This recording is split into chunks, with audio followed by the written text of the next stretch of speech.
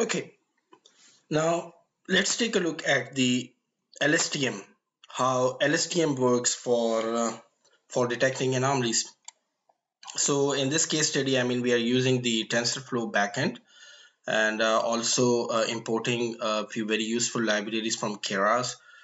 We have the epoch defined is equal to 3, so 3 cycles will be performed. There are 4 layers of the LSTM model that we have added over here. So we have the first layer over here, then we have the second layer, and then we have the third layer, and then we have the output layer with the linear activation function actually.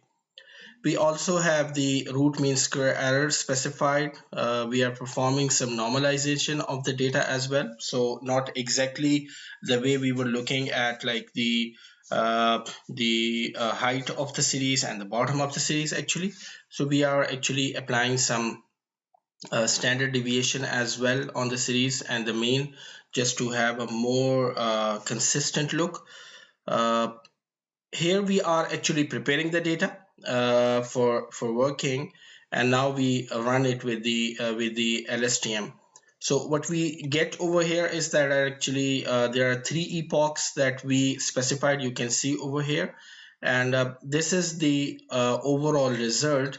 So we have the light blue one is actually the observed line, and then we have the green one which is predicted.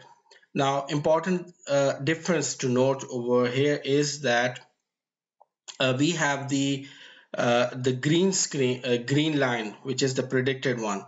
So whenever there was a deviation from the blue one to the green one, so actually the root mean square error, actually if you see the error which is generated by the LSTM is higher. So here, because the deviation was there, we have the error over here. Similarly, when we again have a deviation from the between the predicted and the observed one, so root mean square has generated a lot of error over here. So this is actually the LSTM one. If there is a bit of anomaly between the observed and the predicted one, LSTM has generated an error over here or indicated the anomaly. So it performed better than the previous one. Thank you.